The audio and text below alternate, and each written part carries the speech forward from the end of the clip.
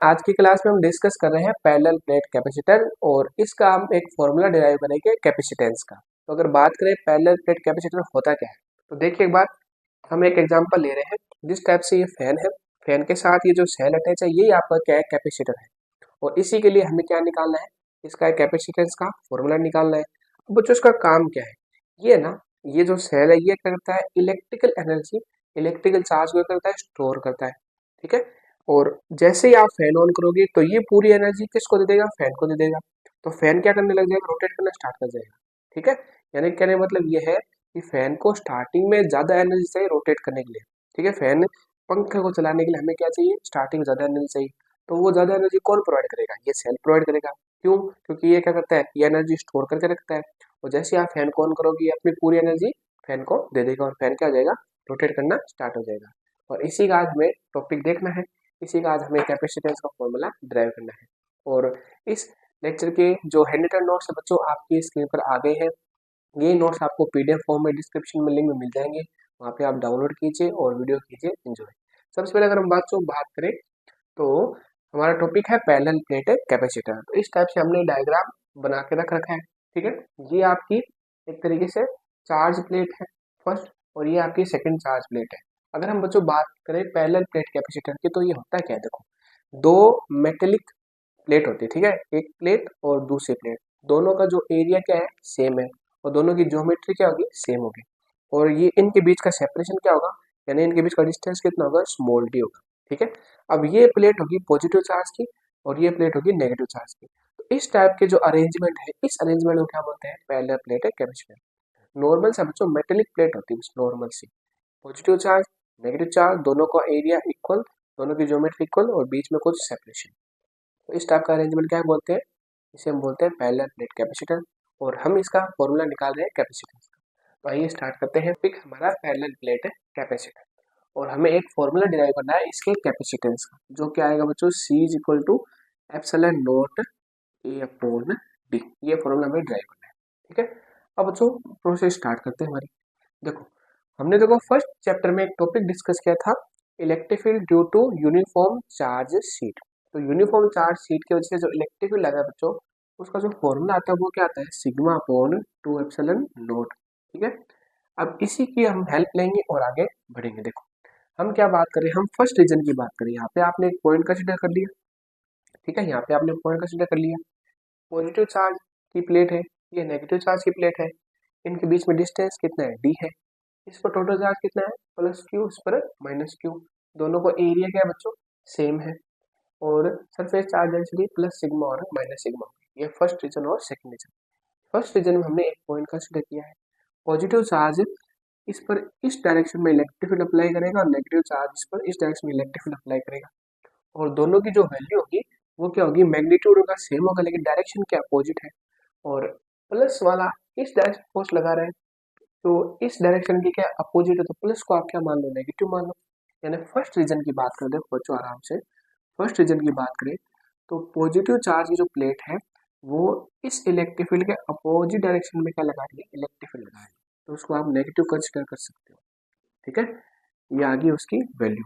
और जो माइनस वाली जो प्लेट है वो इस पर इसी डायरेक्शन फोर्स लगा रही है, उसको पॉजिटिव कंसिडर कर सकते हो। डायरेक्शन के साथ से बच्चों हम प्लस माइनस ले रहे हैं, तो ओवरऑल वैल्यू क्या आ गई, जीरो। क्यों? क्योंकि इसका ये जितना इलेक्ट्रिक फील्ड लगाएगा उतना ही ये इलेक्ट्रिक फील्ड लगाएगा, मैग्नीट्यूड इक्वल होगा। क्योंकि ये जो फॉर्मूला है डिस्टेंस पर डिपेंड नहीं करता, डिस्टेंस कितनी हो इलेक्ट्रिक फील्ड की वैल्यू क्या होगी, इक्वल होगी। इसी टाइप से बच्चों सेकंड रीजन की बात को देखो, सेकंड रीजन में भी ये प्रोसेस हो रही है। अब यहाँ पे एक पॉइंट कंसिडर करते हैं। देखो, ये पॉइंट है, इस पॉइंट पर पॉजिटिव चार्ज जो प्लेट है वो इलेक्ट्रिक फील्ड लगा रही है इस डायरेक्शन में, और जो नेगेटिव चार्ज की प्लेट है वो इलेक्ट्रिक फील्ड लगा रही है इस डायरेक्शन में। दोनों की डायरेक्शन अपोजिट है, लेकिन जो पॉजिटिव वाले चार्ज की डायरेक्शन है वो इस डायरेक्शन की सेम डायरेक्शन है, उसको आप पॉजिटिव कंसिडर कर सकते हैं, प्लस कंसिडर कर सकते हैं। ठीक है। ये आपका आ गया प्लस। और जो नेगेटिव वाला चार्ज है वो लगेगा इस इलेक्ट्रिक फील्ड के अपोजिट डायरेक्शन में, तो वो हो गया माइनस का। तो ओवरऑल वैल्यू क्या आ रही है बच्चों, जीरो आ रही है। कैसे भी आप कर लो, यहाँ पे इस रीजन में और इस रीजन में टोटल इलेक्ट्रिक फील्ड दोनों जो आपका प्लेट है उनकी वजह से कितना आएगा, जीरो आएगा। ठीक है। ये आपकी नॉर्मल सी बात है। इस स्टेप को आप सीधा रिमूव भी कर सकते हो। अब हम बात करते हैं बच्चों इनसाइड। इनसाइड इलेक्ट्रिक फील्ड क्या था, पॉजिटिव चार्ज से नेगेटिव चार्ज का डायरेक्शन होता है। देखो अगर हम यहाँ पे एक पॉइंट कंसिडर करें तो पॉजिटिव चार्ज इस डायरेक्शन में इलेक्ट्रिक फील्ड लगाएगा और नेगेटिव चार्ज भी इसी डायरेक्शन में इलेक्ट्रिक फील्ड लगा रहा है। दोनों का मैग्नीट्यूड सेम है, डायरेक्शन इक्वल है, तो दोनों क्या हो जाएंगे, ऐड हो जाएंगे। तो इसको मैं इरेज कर रहा हूँ फर्स्ट इक्वेशन सेकंड इक्वेशन। अब आप देखिए हम यहाँ से भी हमारा टॉपिक स्टार्ट कर सकते हैं कि जो इनसाइड है इलेक्ट्रिक फील्ड वो कितना है, sigma upon 2 epsilon not plus sigma upon 2 epsilon not. ठीक है, क्योंकि दोनों का मैग्नीट्यूड सेम है और डायरेक्शन इक्वल है, तो डायरेक्शन भी सेम है, तो यहाँ पे ऐड हो जाएगा। अब इनको ऐड करोगे तो वैल्यू कितनी आएगी, सिग्मा अपॉन एप्सिलॉन नॉट। अब हमारा स्टार्ट हो गया है। देखो अब बच्चों बहुत ईजी है, सिग्मा वैल्यू क्या आती है, क्यू अपॉन ए। ठीक है, सिग्मा क्या सरफेस चार्ज डेंसिटी है, तो टोटल चार्ज और जितने एरिया पर चार्ज उसका रेशियो तो होता है सिग्मा। ठीक है, अब यहाँ पे वैल्यू पुट करो तो देखो ई की वैल्यू क्या आएगी बच्चों, ई की वैल्यू आएगी आपकी, देखो क्यू और ए एप्सिलॉन नॉट, ये आ गई इक्वेशन नंबर सेकंड। ठीक है, अब देखो बच्चों हमारे पास एक फॉर्मूला है, हमने डिस्कस किया था टॉपिक, वहां पे हमने फॉर्मूला निकाला था dv upon D R is equal to E. ठीक है, अगर हम मैग्नीट्यूड लें तो ये माइनस रिमूव हो जाएगा, और अगर हम लार्ज वैल्यू की बात करें तो ये dv क्या हो जाएगा, रिमूव हो जाएगा। अब यहाँ पे डिस्टेंस कितनी बच्चों, डिस्टेंस है आपकी d, तो यहाँ पे क्या लिख दोगे, r की जगह क्या लिख दोगे, d लिख दो। तो एक्चुअल में इसको हम सही तरीके से लिखे v is equal to E into D. अब e की वैल्यू यहाँ पे पुट करनी है, तो देखो e की वैल्यू पुट करो, यानी Q D upon A epsilon not, ये वैल्यू आ गई।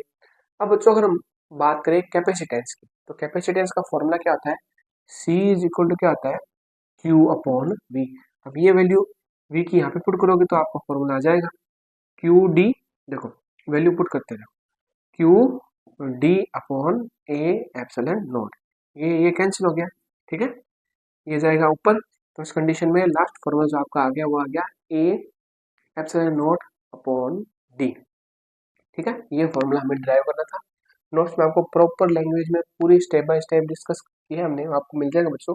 नॉर्मल स्टेप ये देखो, यहाँ से आप टॉपिक स्टार्ट कर सकते हो। इनसाइड इलेक्ट्रिक फील्ड ये आ गया, सिग्मा की वैल्यू क्या है, क्यू अपॉन ए होती है बच्चों, यहाँ पे वैल्यू पुट करो। फिर हमें क्या पता है, जो आपका पोटेंशियल होता है वो होता है इलेक्ट्रिक फील्ड इंटू डिस्टेंस, उनको आप वैल्यू पुट करोगे ई की, तो यहाँ पे ये वैल्यू आ जाएगी। फिर क्या होता है, C is equal to Q upon V होता है, वी की वैल्यू पुट करोगे तो क्यू से क्यू कैंसिल हो जाएगा और ये आपका आंसर आ जाएगा। ठीक है, अब बच्चों जो हमारा नेक्स्ट टॉपिक है उसमें हमें ना, हमें एक तो जैसे मान लो इस फॉर्मूले की हेल्प लेनी पड़ेगी, एक लेनी पड़ेगी इस फॉर्मूले की हेल्प और एक लेंगे इस फॉर्मूले की हेल्प। तो आइए करते हैं नेक्स्ट टॉपिक को डिस्कस। देखिए नेक्स्ट टॉपिक क्या है हमारा, सॉरी बच्चों एक छोटी छोटी सी इन्फॉर्मेशन भी है।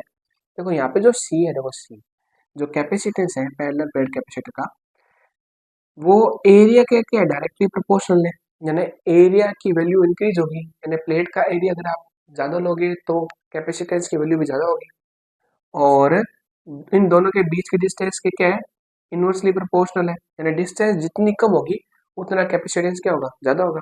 और यहाँ पे क्या है, ये एक तरीके से इनके बीच में जो मीडियम ले रहे हैं उस पर भी डिपेंड करता है, एप्सिलॉन नॉट पर डिपेंड करता है। अब आ जाओ आगे बात करते हैं। देखो नेक्स्ट टॉपिक आपका है effect of dielectric on capacitance, यानी जो कैपेसिटेंस है पैरेलल प्लेट कैपेसिटर का जो कैपेसिटेंस है उस पर डाइलेक्ट्रिक का क्या इफेक्ट होता है वो हमें चेक करना है। तो हमने इस टाइप से डायग्राम बना लिए बच्चों, पूरी डी डिस्टेंस पर हमने एक तरीके से, या इनकी बोलो कि इन दोनों प्लेट के बीच में आपने क्या ले लिया, डाइलेक्ट्रिक ले लिया। ठीक है, डाइलेक्ट्रिक मीडियम ले लिया, और जिसका डाइलेक्ट्रिक कांस्टेंट क्या है, एप्सिलॉन आर है, इसको आप के से भी डिनोट कर सकते हो। ठीक है, दो आपका पैरेलल प्लेट कैपेसिटर है। फर्स्ट कंडीशन में क्या था वहाँ पे बच्चों, वैक्यूम था, वहाँ पे क्या था, वैक्यूम। अब आपने क्या ले लिया, यहाँ पे मीडियम ले लिया, कौन सा ले लिया, डाइलेक्ट्रिक मीडियम ले लिया। डाइलेक्ट्रिक मीडियम ले लिया तो उस कंडीशन में उसका जो डाइलेक्ट्रिक कांस्टेंट है वो क्या आएगा बच्चों, एप्सिलॉन आर आएगा, उसको के से भी डिनोट कर सकते हो। ठीक है, यहाँ तक पहुंच गए हम। और ये जो डाइलेक्ट्रिक मीडियम है, पूरे जो यहाँ पे जो स्पेस है उसके अंदर पूरे में आपने क्या कर दिया, फिल कर दिया, पूरे में क्या कर दिया, फिल कर दिया। ठीक है, अब देखो तो इस टॉपिक का लॉन्ग मेथड भी है, लेकिन वो हम डिस्कस नहीं कर रहे, हम शॉर्ट मेथड से हमें एक फॉर्मूला निकालना है, उस फॉर्मूले से हम क्या कर सकते हैं, न्यूमेरिकल इजीली सॉल्व कर सकते हैं, वो डिस्कस कर रहे हैं। देखो बच्चों प्रीवियस लेक्चर अभी हमने डिस्कस किया था टॉपिक, उसमें आपकी जो वैल्यू आई थी वो आई थी एक्चुअल में, जैसे हम बात करें देखो sigma upon epsilon not I थी। ठीक है, sigma upon epsilon not I थी। इससे पहले अगर बच्चों बात करें कि एप्सिलॉन आर की वैल्यू क्या होती है, एप्सिलॉन आर की वैल्यू होती है एप्सिलॉन अपॉन एप्सिलॉन नॉट। और यहाँ पे अगर मैं बात करूँ एप्सिलॉन की वैल्यू क्या होगी, epsilon naught into epsilon R. ठीक है, ये वैल्यू। और बच्चों वहाँ पे आपकी जो v की वैल्यू क्या आई थी, देखो v की वैल्यू आई थी Q D A epsilon not, ये वैल्यू आई थी v की। और जो c आया था बच्चों वो क्या आया था, ए एप्सिलॉन नॉट अपॉन डी आया। ठीक है, तो आप बच्चों उसको आप वहाँ पे वैक्यूम ले रखा था या एयर थी, तो यहाँ पे आप क्या बोल सकते हो, ई नोट बोल सकते हो, वी नोट बोल सकते हो और सी नोट बोल सकते हो। अब इसी को थोड़ा सा चेंज करना है। अब आपने क्या ले लिया, मीडियम ले लिया, मीडियम ले लिया, तो उस कंडीशन में सिग्मा अपॉन क्या आ जाएगा बच्चों, एप्सिलॉन आ जाएगा। अब इस एप्सिलॉन की वैल्यू की जगह आप क्या पुट करोगे, ये वैल्यू पुट करोगे, तो सिग्मा अपॉन क्या आ जाएगा, एप्सिलॉन नॉट एप्सिलॉन आर। इसी टाइप से यहाँ पे जो आपका पोटेंशियल आएगा वो क्या आएगा, Q D A epsilon not की जगह क्या आ जाएगा, एप्सिलॉन आ जाएगा। ठीक है, और ये वैल्यू आ जाएगी Q D A epsilon naught epsilon R. इसकी वैल्यू आपने ये पुट कर दी। तो लास्ट जो आपका फॉर्मूला आएगा वो आएगा मीडियम का। ठीक है, मीडियम, हाँ यहाँ पे सी एम भी बोल सकते हो, यहाँ पे एम भी बोल सकते हो, मीडियम में electric field intensity inside the parallel plate capacitor. Medium में जो पैरेलल प्लेट कैपेसिटर है उसका पोटेंशियल, और मीडियम के प्रेजेंस में जो आपका पैरेलल प्लेट कैपेसिटर है उसका कैपेसिटेंस। तो यहाँ पे देखो फॉर्मूला कैसे चेंज होगा बच्चों, यहाँ पे आप क्या लिखोगे, एप्सिलॉन अपॉन डी, और एप्सिलॉन की वैल्यू क्या होगी, ये होगी epsilon naught E R, epsilon R upon D. अब देखो ये बच्चों ये क्या है, ये तो आपका सी नोट ही तो है, ये तो सी नोट है। तो एक्चुअल में आपको जो फॉर्मूला आया है बच्चों वो क्या है, epsilon R into C naught, ये आपका लास्ट फॉर्मूला है। अभी हम थोड़े और डिस्कस करेंगे बच्चों, ये आपका क्या है, लास्ट फॉर्मूला है। यानी एक्चुअल में जो वैक्यूम में जो आपका कैपेसिटेंस आता है उसका एप्सिलॉन आर टाइम्स ज्यादा होता है मीडियम का कैपेसिटेंस। और यहाँ पे जो एप्सिलॉन आर की वैल्यू है बच्चों, एप्सिलॉन आर की वैल्यू क्या होती है, ग्रेटर देन 1 होती है। एप्सिलॉन आर की वैल्यू क्या होती है, ग्रेटर देन 1 होती है। तो उस कंडीशन में यहाँ पे जो वैल्यू आएगी वो देखो, इसके मतलब मीडियम में कैपेसिटेंस ज्यादा होगा किसके कंपैरिजन में, वैक्यूम या एयर के कंपैरिजन में। ये आपका हमने यहाँ पे टॉपिक डिस्कस कर लिया। ठीक है, ये शॉर्ट तरीका है, नोट्स में आपको बच्चों मिल जाएगा। हमने क्या किया डिस्कस, हमने ये किया है कि अगर आप वैक्यूम ले रहे हो तो उस कंडीशन में कैपेसिटेंस आएगा एप्सिलॉन नॉट, और अगर आप मीडियम लोगे तो उस मीडियम का डाइलेक्ट्रिक कांस्टेंट को वैक्यूम के कैपेसिटेंस से मल्टीप्लाई कर दोगे तो उस मीडियम का क्या आ जाएगा, कैपेसिटेंस आ जाएगा। ये आपने बात कर ली। और एप्सिलॉन आर की वैल्यू 1 से ज्यादा होगी तो उस कंडीशन में ये भी वैल्यू क्या होगी, ज्यादा होगी ना, मीडियम यूज करोगे तो कैपेसिटेंस क्या होगा बच्चों, इंक्रीज होगा। ठीक है, आइए अब बच्चों हमने कुछ छोटे छोटे आपको नोट्स भी दिए हैं जो आपकी बहुत हेल्प करेंगे न्यूमेरिकल सॉल्व करने में। ठीक है, तो वो नोट्स किस टाइप से हम देख सकते हैं, आइए देखते हैं। तो आपका 3 नोट दे रखे हमने आपको टॉपिक में, नोट्स में 3 नोट है, उनको हम डिस्कस करते हैं। देखो आ जाओ, देखो फर्स्ट नोट देखो दे रखा बच्चों, बहुत सिंपल सा फर्स्ट नोट हमने दे रखा है कि आपने ना इसमें तो पूरा डिस्टेंस तक आपने डाइलेक्ट्रिक कांस्टेंट ले लिया, लेकिन हमने यहाँ पे फर्स्ट नोट में डिस्कस किया, अगर आपको न्यूमेरिकल आ जाए कि हमने इस टाइप से को डिस्कस किया है कि हमने टी डिस्टेंस तक आपने डाइलेक्ट्रिक कांस्टेंट ले लिया। ठीक है, जिसका डाइलेक्ट्रिक मटेरियल ले लिया जिसका डाइलेक्ट्रिक कांस्टेंट क्या है, एप्सिलॉन आर। और ये जो टोटल डिस्टेंस कितनी बच्चों, डी है, तो ये जो डिस्टेंस अब बच गई हमारे पास इसके वैल्यू क्या होगी, डी माइनस टी। ठीक है, तो उस कंडीशन में जो आपका ये कैपेसिटर पैरेलल प्लेट कैपेसिटर है, इस पैरेलल प्लेट कैपेसिटर का जो कैपेसिटेंस है उसका फॉर्मूला क्या होगा, जो सीधा सीधा हमें याद करना है। इसको हम प्रूव भी कर सकते हैं लेकिन आपके सिलेबस में नहीं है, हमेशा फॉर्मूला आना चाहिए। वो क्या बच्चों, epsilon naught A upon D minus T plus T upon epsilon R, या आप क्या बोल सकते हो, के भी बोल सकते हो। तो ये आपको फॉर्मूला बच्चों एज इट इज याद करना है। ठीक है, इसका मतलब क्या है कि आपने टी मतलब थिकनेस तक, मान लो टी थिकनेस तक आपने डाइलेक्ट्रिक मटेरियल ले लिया, तो अब बच गई कितनी डिस्टेंस, डी माइनस, अब थिकनेस कितनी बच गई, डी माइनस टी बच गई। तो इस कंडीशन में इसका जो कैपेसिटेंस आएगा पैरेलल प्लेट कैपेसिटर का, वो फॉर्मूला क्या होगा, C is equal to epsilon naught A upon D minus plus T by K। ठीक है, ये आपका एक नोट था। अब देखो बच्चों सेकंड नोट देखते हैं। देखो सेकंड नोट भी इजी सा है। देखो कैसे, अगर आपने बच्चों इस टाइप से आपका पैरेलल प्लेट कैपेसिटर है, अब आपने अलग अलग देखो अलग अलग थिकनेस की मान लो डाइलेक्ट्रिक स्लैब ले ली, अलग अलग थिकनेस की डाइलेक्ट्रिक क्या ले ली, स्लैब ले ली, T1 T2 T3 इस टाइप से। ठीक है, और इनका जो डाइलेक्ट्रिक कांस्टेंट वो भी अलग अलग है। इसका डाइलेक्ट्रिक कांस्टेंट है K1, इसका डाइलेक्ट्रिक कांस्टेंट है K2, इस टाइप से इसका डाइलेक्ट्रिक कांस्टेंट है K3। इसकी थिकनेस है बच्चों T1 T2 और T3, और टोटल डिस्टेंस कितनी बच्चों, D है। अब इनके बीच में जो आपका कैपेसिटेंस का जो फॉर्मूला बनेगा, वो हमें फॉर्मूला देखो इजी से ही है। देखो बहुत इजी है फॉर्मूला, आपको याद भी हो जाएगा एक स्टेप में। देखो कैसे, अभी आपने जो फॉर्मूला बनाया था बच्चों क्या था वो, epsilon not multiply A upon D minus T plus T by के। अब देखो इसको थोड़ा सा हम चेंज करना है। कैसे, अब इसके लिए देखो ये आपका न्यूमेरिकल सॉल्व करने में बच्चों हेल्प बहुत करेगा आपकी। अलग अलग थिकनेस की आपने डाइलेक्ट्रिक मटेरियल का एक तरीके से स्लैब ले रखा है, और इसका dielectric constant K1 K2 K3, thickness कितनी T1 T2 T3। ठीक है, टोटल डिस्टेंस D है। अब इस कंडीशन में जो वैल्यू आएगी बच्चों वो आएगी एप्सिलॉन नॉट A। ठीक है, अब देखो आगे, यहाँ पे देखो बच्चों D को तो वैसे रहने दो। ठीक है, D को वैसे रहने दो। अब देखो क्या करो, आपको यहाँ पे लिखो plus T1 plus T2 plus T3, इस टाइप से ये प्रोसेस चलती चलेगी। और फिर यहाँ पे आएगा प्लस, यहाँ पे आएगा T1 upon K1 plus T2 upon K2 plus T3 upon K3, ये वैल्यू आगे ऐसे चलती चलेगी। तो ये फॉर्मूला आ गया बच्चों। सिर्फ एक थिकनेस तक आपने T थिकनेस तक अगर आपने डाइलेक्ट्रिक स्लैब ले रखा है तो उसका फॉर्मूला ये है, और आपने अलग अलग थिकनेस का डाइलेक्ट्रिक स्लैब ले रखा है और उनका डाइलेक्ट्रिक कांस्टेंट डिफरेंट डिफरेंट है, तो उस कंडीशन से ये फॉर्मूला आपके काम आएगा। C is equal to epsilon naught A upon में D माइनस, यहाँ पे क्या लिखना आपको, T1 plus T2 plus T3 इस टाइप से show on, plus T1 upon K1 plus T2 upon K2 plus T3 upon K3, इस टाइप से ये प्रोसेस चलती जाएगी। अब देखो लास्ट एक और था आपका, अब आपने क्या ले रखा है, मेटेलिक स्लैब ले रखा है।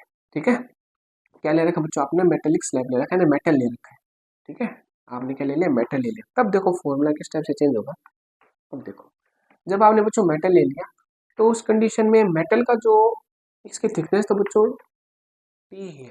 ठीक है, और डिस्टेंस कितनी है, टोटल D है। अब बच्चों हम बात करें तो जो आपका मेटल है उसके लिए जो डाइलेक्ट्रिक कांस्टेंट क्या होता है, इन्फिनिट होता है।